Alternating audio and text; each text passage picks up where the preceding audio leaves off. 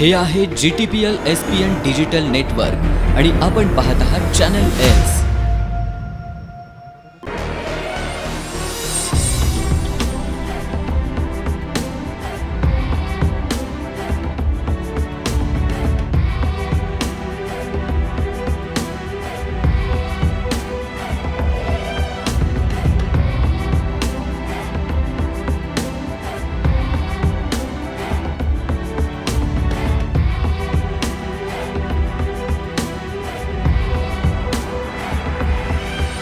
अद्भुत कोल्हापूर. अद्भुत कोल्हापूरच्या प्रवासात आपण यापूर्वी निसर्ग संपदेचं वरदान लाभलेल्या भुदरगड तालुक्यातील पाटगावच्या मौनी महाराज मठाची माहिती घेतली आहे. पाटगाव मधाचं गाव म्हणूनही प्रसिद्ध आहेच. या दोन वैशिष्ट्यांबरोबरच पाटगाव जवळच्या दोन मंदिरांचं दर्शन घडवण्यासाठी कोल्हापूरहून गारगोटी मार्गे पाटगावात पोहोचलो. भुदरगड पासून 19 किलोमीटर आणि कोल्हापूर पासून 86 किलोमीटर अंतरावर भद्रकाली मंदिर वसलेलं आहे. भद्रकाली माता पार्वती मातेच्या रूपात असून भद्रकाली देवीच्या मंदिरात नंदी विराजमान आहे, तर भगवान शंकराच्या मंदिरात नंदी विराजमान नाही. हे या मंदिराचं वैशिष्ट्य आहे. पाटगावच्या सीमेवर डोंगराच्या पायथ्याशी असलेल्या या मंदिरात जाण्यासाठी सुमारे 50 पायऱ्या आहेत. या पायरी मार्गावर भाविकांच्या सोयीसाठी पत्र्याचं शेड उभारण्यात आलंय. पायऱ्या संपल्यानंतर आपल्याला मंदिराचं एखाद्या गडाच्या प्रवेशद्वारासारखं भक्कम दुमजली प्रवेशद्वार पाहायला मिळतं. या दगडी प्रवेशद्वाराच्या वरच्या मजल्यावर नगारखाना आहे. इथून पुढे गेल्यानंतर मंदिराच्या विस्तीर्ण प्रांगणात आपला प्रवेश होतो. भद्रकाली देवीच्या मंदिराकडे जाताना पहिल्यांदा मारुतीरायाचं दर्शन होतं. एका शिळेवर मारुतीराया विराजमान असून साधारण 6 फूट उंचीची ही मूर्ती आहे.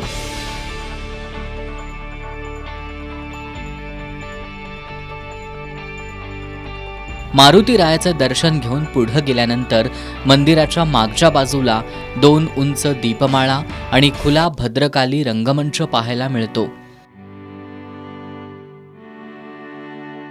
दीपमाळांच्या खालील बाजूला कीर्तिमुख शिल्प आहेत.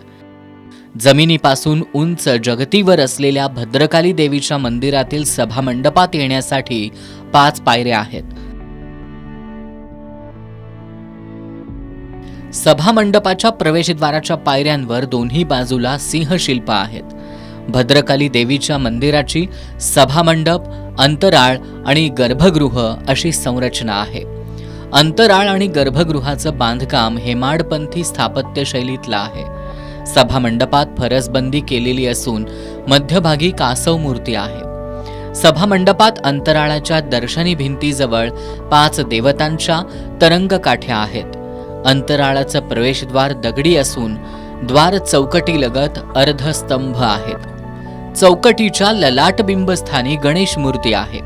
या गणेशाच्या दोन्ही बाजूंना आणि अर्धचंद्राकार मंडारकावर कमळ फुलांची नक्षी कोरलेली आहेत.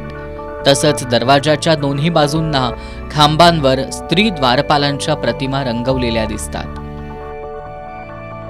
बंदिस्त स्वरूपाच्या अंतराळात उत्सव काळात वापरली जाणारी देवीची पालखी ठेवलेली आहे.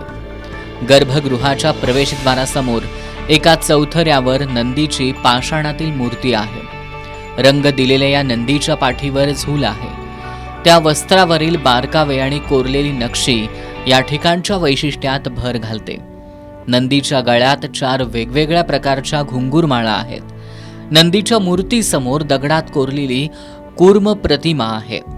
अंतराळाच्या छतात दगडी घुमटाकार रचना साकारण्यात आली आहे. गर्भगृहाच्या प्रवेशद्वाराच्या द्वारशाखांवर गरुड, हनुमंत, द्वारपाल आणि कमळ फुलांची नक्षी कोरलेली आहेत.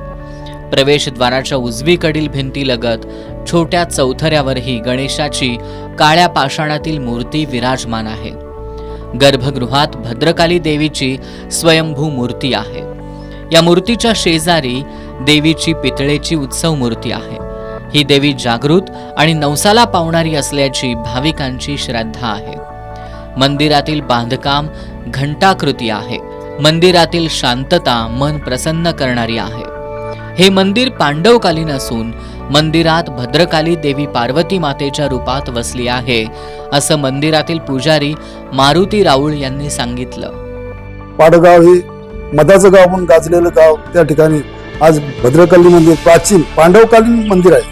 त्या मंदिरात काली मातेचा अवतार घेऊन भद्रकाली पार्वती रूपाने बसलेले आहे. पुजारी मारुती राऊळ भद्रकाली देवीबद्दल आणखी काही आख्यायिका सांगितल्या. हे विशेष म्हणजे पूर्वी काय झालं, रोग, पटकी, प्लेग अशा रोगाची भयंकर राक्षसरूपी साथ आली. त्यावेळेला मनुष्य संपुष्टात, ही पृथ्वी संपुष्टात होत निघाली होती. त्यावेळेला ते ब्रह्मदेवाने पाहिलं आणि त्यांचा मुलगा ब्रह्मसूत नारद मुनी त्याला पाठवलं. नारद मुनीला पाठवलं, भूमीवर काय चाललंय पहा म्हणून. नारद येऊन पाहिलं तर सगळा पृथ्वीचा सत्यानाश होत निघालेला आहे, पृथ्वी संपुष्टात होत निघालेला आहे. त्यावेळेला नारद आले. नारदानी श्री स्वयंभू मंदिरात राईत बसलेले स्वयंभू यांच्याकडे गेले. त्यांच्याकडे गेल्यानंतर त्यांनी स्वयंभूला विनंती केली, स्वयंभू देवा, अरे महादेवा, अरे शंकरा, अरे डोळे उघड, पृथ्वीवर काय चाललंय पहा. शंकर काय डोळे उघडे नाही.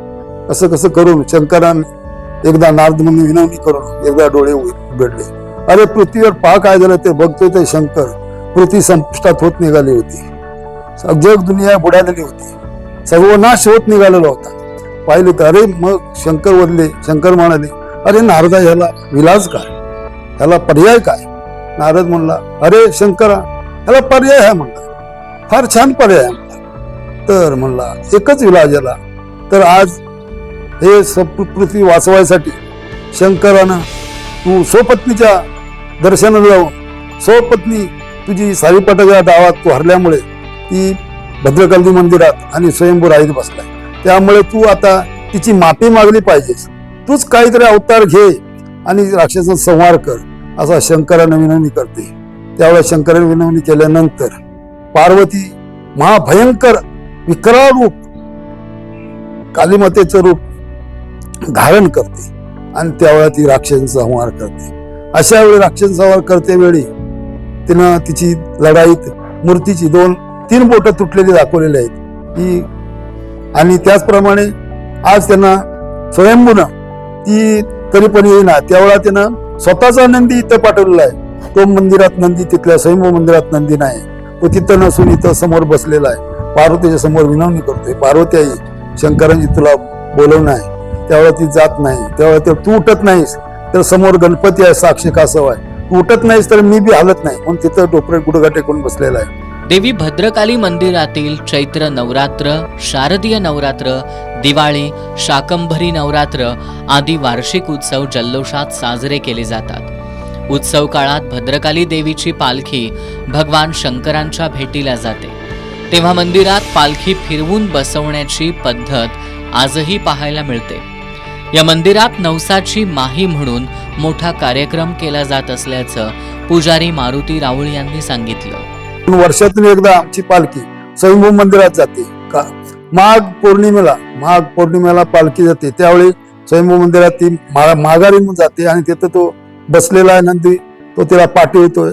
तिथे ती पालखी फिरवून बसण्याची, पाठ फिरून बसवण्याची पद्धत आहे. तिथं मोठा माईचा कार्यक्रम होतोय, नवसाची माई असा मोठा कार्यक्रम पाडगावमध्ये प्रसिद्ध झालेला आहे. मंदिरात वार्षिक उत्सव, अभिषेक, भजन, कीर्तन, जागरण, गोंधळ आदी कार्यक्रमांचं आयोजन केलं जातं. भद्रकाली देवी हे जागृत देवस्थान असल्यानं गोवा, पणजी आदी भागातून भाविक येत असतात.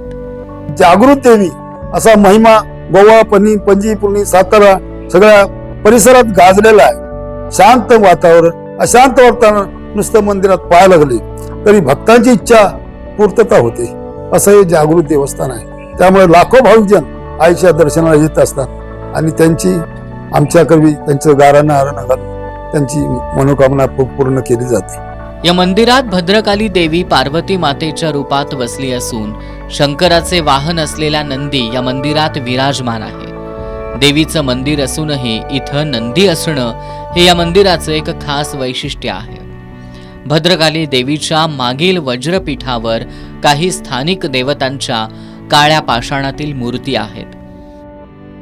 मंदिराच्या बाजूला 13 ओवऱ्या असलेली घडीव दगडात आणि हेमाडपंथी स्थापत्य शैलीत बांधलेली धर्मशाळा आहे. या ठिकाणी असणारा दिंडी दरवाजा म्हणजे मंदिराचं आणखी एक वैशिष्ट्य आहे.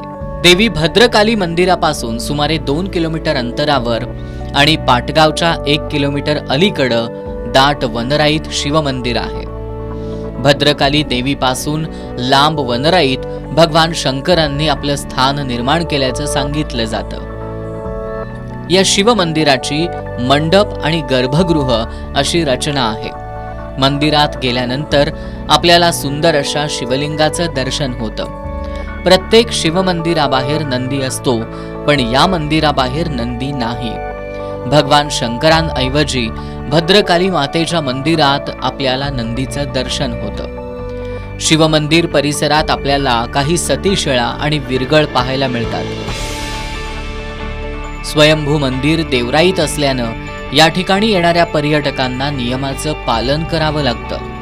भद्रकाली देवी बरोबरच शंकराचं देवस्थान जागृत असल्यानं भाविकांची वर्षभर वर्दळ असते. ही 2 मंदिरं एकमेकांशी संलग्न असल्यानं येणारा प्रत्येक पर्यटक किंवा भाविक भद्रकालीच्या दर्शनानंतर भगवान शंकरांचं दर्शन घेतो. भुदरगड परिसरात आल्यानंतर अनेक पर्यटन स्थळं पाहायला मिळतात. तुम्हाला पाटगाव परिसरातील या मंदिरांबद्दल अद्भुत कोल्हापूरच्या माध्यमातूनच माहिती मिळाली असेल, तर इतर स्थळांबरोबर या मंदिरांना भेट देऊन भद्रकाली देवी आणि भगवान शंकरांचं दर्शन नक्की घ्या. अद्भुत कोल्हापूरच्या प्रवासात भेटूया आणखी एका अद्भुत ठिकाणासह.